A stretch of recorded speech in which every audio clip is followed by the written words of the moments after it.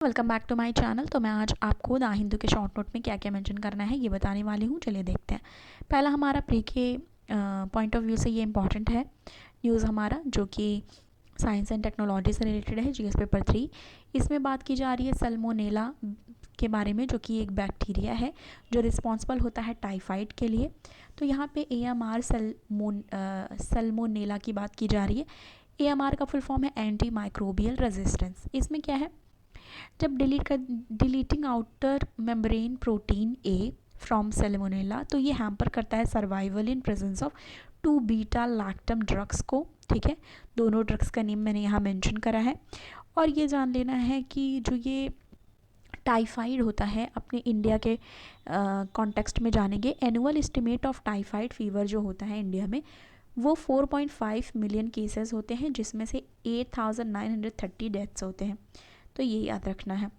दूसरी हमारा न्यूज़ जो है वो पॉलिटी से रिलेटेड है। GS paper 2 pleasure doctrine concept.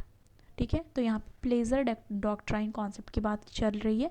तो जो प्लेजर डॉक्ट्राइन है वो डराइव हुआ है इंग्लिश कॉमन लॉ से, और इसमें आर्टिकल 310 की बात की जा रही है।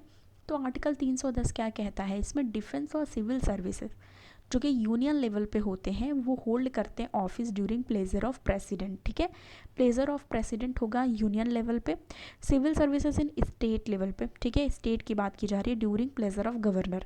तो जब स्टेट लेवल की बात होगी तो गवर्नर है वहाँ पे, और यूनियन लेवल पे प्रेसिडेंट है।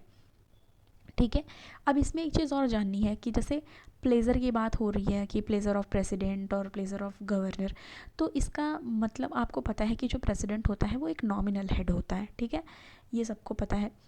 तो इसका मतलब ये हुआ कि जब तक कि प्राइम मिनिस्टर है, यानी कि COM council of minister headed by prime minister, यहाँ बात हो रही है। ठीक है, और जब गवर्नर जहाँ लिखा है वो CM की बात हो रही है, जो कि कैबिनेट ऑफ मिनिस्टर और CM होते हैं। अब देखो यहाँ आर्टिकल 164 की बात की जा रही है।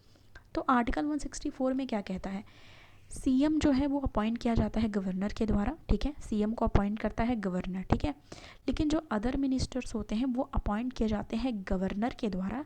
किसकी एडवाइस में, CM की एडवाइस पे।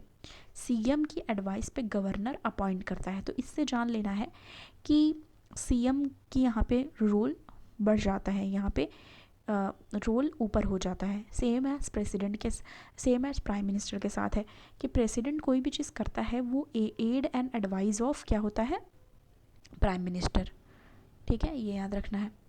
अब देखो यहाँ पे साइड में है pleasure refers to right of CM to dismiss a minister not governor. देखो प्लेजर यहाँ पे रिफर्ड करता है जो राइट है, किसी भी राइट है वो CM की। ठीक है, CM के पास वो राइट है कि वो डिसमिस कर सकता है किसी भी मिनिस्टर को, ना कि गवर्नर के पास। गवर्नर के पास राइट नहीं है, CM के पास राइट है कि वो मिनिस्टर को डिसमिस कर सकता है। ये याद रखना है।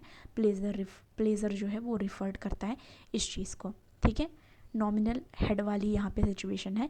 एम लक्ष्मीकांत पढ़ी होगी तो उससे आपको पता होगा, या NCERT पढ़ी होगी क्लास 11 की कॉन्स्टिट्यूशन वाली, उसमें भी क्लियरली मेंशन है। ठीक है, जो लोग तैयारी कर रहे होंगे, पॉलिटी जिसने कवर की होगी, वो उनके लिए ये समझना बहुत ही ईजी हो गया होगा। आगे बढ़ते हैं। IPCC रिपोर्ट, देखो यहाँ पे COP27 से रिलेटेड आया है। तो COP27 से रिलेटेड हम पहले जिक्र किए थे, और अभी हमारा जो पूरा आर्टिकल COP27 से रिलेटेड आएगा, फिर से हम in one line by line जितनी भी चीज़ें COP27 के बारे में आ गई रहेंगी तब हम फिर डिस्कस करेंगे। अब उसी में नीचे पैरा में दिया हुआ है IPCC रिपोर्ट के बारे में। तो यहाँ जानते हैं कि क्या बात डिस्कस की जा रही है। ठीक है, तो यहाँ पे डिस्कस की जा रही है climate change produced irreversible losses to natural ecosystem. तो इसमें कहा जा रहा है जो क्लाइमेट चेंज होता है वो प्रोड्यूस करता है कि इरिवर्सिबल लॉस, कि जिसको रिवर्स नहीं किया जा सकता, ऐसा लॉस होता है। ठीक है, नेचुरल इकोसिस्टम को। दूसरा पॉइंट ये जानना है 3 to 14% all species on earth face a very high risk of extension eight ever 1.5 degree centigrade. तो यहाँ पे बात की जा रही है कि जो 3 से लेकर 14% तक जितने भी स्पीसीज़ हैं, ऑल स्पीसीज़ अर्थ पे, वो फेस करते हैं हाई रिस्क ऑफ एक्सटेंशन। ठीक है, ये याद रखना है। Global greenhouse gas emission जो होता है वो to peak before 2025। Global greenhouse gas emission जो है वो पीक पे रहेगा 2025 से पहले, और रिड्यूस होगा 43% बाई 2030। तो यहाँ पे क्या साइकोलॉजी, पहले एक बार पीक पे जाएगा, फिर वहाँ से रिड्यूस होना शुरू होगा। तो 2025 तक पीक पे होगा, उसके बाद रिड्यूस होगा 43% 2030 तक। कोल फायर्ड पावर प्लांट होते हैं, कोल यानी कि कोयला की बात यहाँ की जा रही है, कोल फायर्ड पावर प्लांट वो क्या करते हैं, स्टोर करते हैं store carbon would need to be shuttered by 2050 तक यहाँ पे बात की जा रही है। ठीक है, अब देखो यहाँ पे बात की जा रही है ऑपरेट रफली 10% ग्लोबल कैपेसिटी, ऑपरेट किया जाएगा रफली 10% ग्लोबल कैपेसिटी के।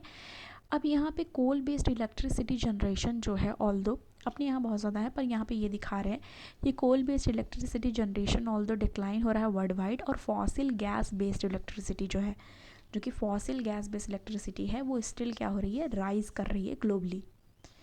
इंडिया के कॉन्टेक्स्ट में जानेंगे इंडिया के लिए, तो इंडिया का देखेंगे तो ये इंडिया जो है 197, ठीक है, 197 कंट्रीज़ में से एक है, मतलब 197 कंट्रीज़ में से एक इंडिया, जो कि प्रॉमिस किया है लिमिट करने के लिए जो भी इंक्रीज़ हो रहे हैं।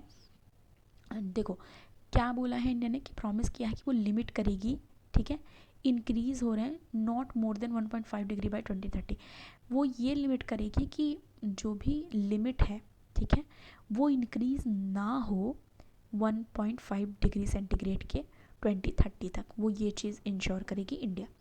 लॉन्ग टर्म रोड मैप क्या है इंडिया का, अचीव करना target net zero emission by 2070, तो 2070 तक नेट जीरो इमिशन को अचीव करना ये टारगेट है। पीएम जो हमारे हैं नरेंद्र मोदी जी, उन्होंने कमिट किया है ग्लासगो समिट में कि वो क्या करेंगे, नॉन फॉसिल एनर्जी कैपेसिटी, ठीक है, वुड गेट, मतलब क्या करेंगे, non fossil energy capacity 500 gigawatt by 2030 करने की उनकी कोशिश है, ठीक है, वो करेंगे ऐसा उन्होंने बोला है, कमिट किया है ग्लासगो समिट में, और रिड्यूस करेंगे कार्बन इमिशन, ठीक है, 2030 तक। ठीक है, यहाँ पे ये बात की जा रही है, ठीक है।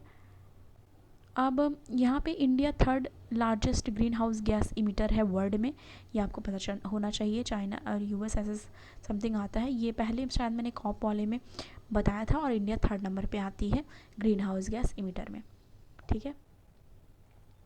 तो ये था हमारा द हिंदू का शॉर्ट नोट का एनालिसिस। पसंद आए वीडियो को लाइक करें, ज़्यादा से ज़्यादा शेयर करें, चैनल पे नए हैं सब्सक्राइब करना ना भूलें। मिलती हूँ नेक्स्ट वीडियो के साथ, थैंक यू।